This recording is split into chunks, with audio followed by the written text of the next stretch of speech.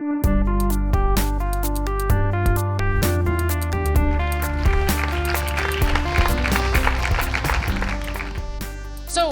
how many different ways do you think there are to fit 100 people into this tent? Or to fit like 30 people, half of whom seem to know me. If you're all just sitting in rows in the chairs, there's only a few ways to do it. But if you pack people in sort of standing right next to each other, there's tons of ways. It's kind of like how you can have your laundry either folded properly and like sorted. There's only a few ways to do that. But if you just jam it into a bag, there's loads of ways you can pack a lot of laundry in together. So there's like more ordered ways to fit a lot of people or clothes into a space, or more disordered ways. And there's way more disordered ways than ordered ways. Language is also a kind of order that we put onto words, right? The way that we put words together is more complex than just having a string of random letters. And that provides information, like how you speak language gives me information about you.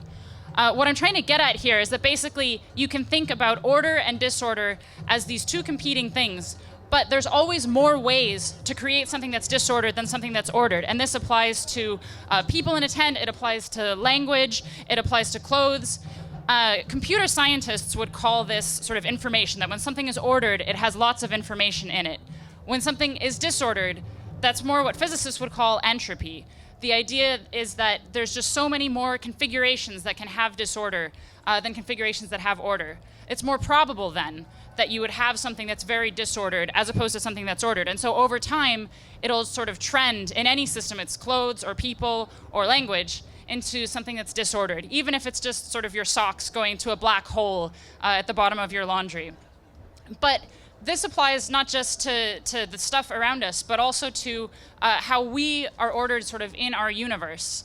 So if you think about entropy, a lot of people, if they've heard anything about entropy, they've heard about the second law of thermodynamics, which just says in a closed system, entropy will always increase. So you can have something that's very structured and logical and ordered like a fractal, but over time, there's only a few ways to have something like that. So you'll tend towards something like white noise that's just complete chaos, total disorder, fragmented. And that's more probable because there are so many more ways to create disorder than order. So that's the basic thing that a lot of people know about entropy. The other thing that you might have heard, though, is about entropy as the reason why we're all heading towards the heat death of the universe, which is as exciting as it sounds. The idea that if our universe as a whole is going from more order to chaos, then eventually, even though we all started from this sort of this complex thing that we have now on our planet, we're just eventually going to be scattered sort of atoms and emptiness. And it's just probability that's leading us there, the fact that there are so many more ways to create disorder in our universe than order. But if you think about that, you might kind of ask, well, wait a minute, like we started at the Big Bang. That's not a particularly chaotic system, but it's very simple. So how are we trending towards this sort of heat death of the universe? Like how are we going to get there and go through life? So life is actually, in some sense, a cheat of entropy, because if you think about us, we're very ordered in general, and the way that sort of humans and plants and other things maintain their local pockets of order, even though their entropy has to increase, is by taking in things that are very ordered, like food and fuel, putting out things that are very disordered in order to maintain local order. So in some sense, any form of life, whether it's a person or a plant or a laundry monster, is taking in things that are ordered, putting out disorder in order to maintain a local sense of order and locally reduce entropy. It's kind of a cheat for the second law of thermodynamics.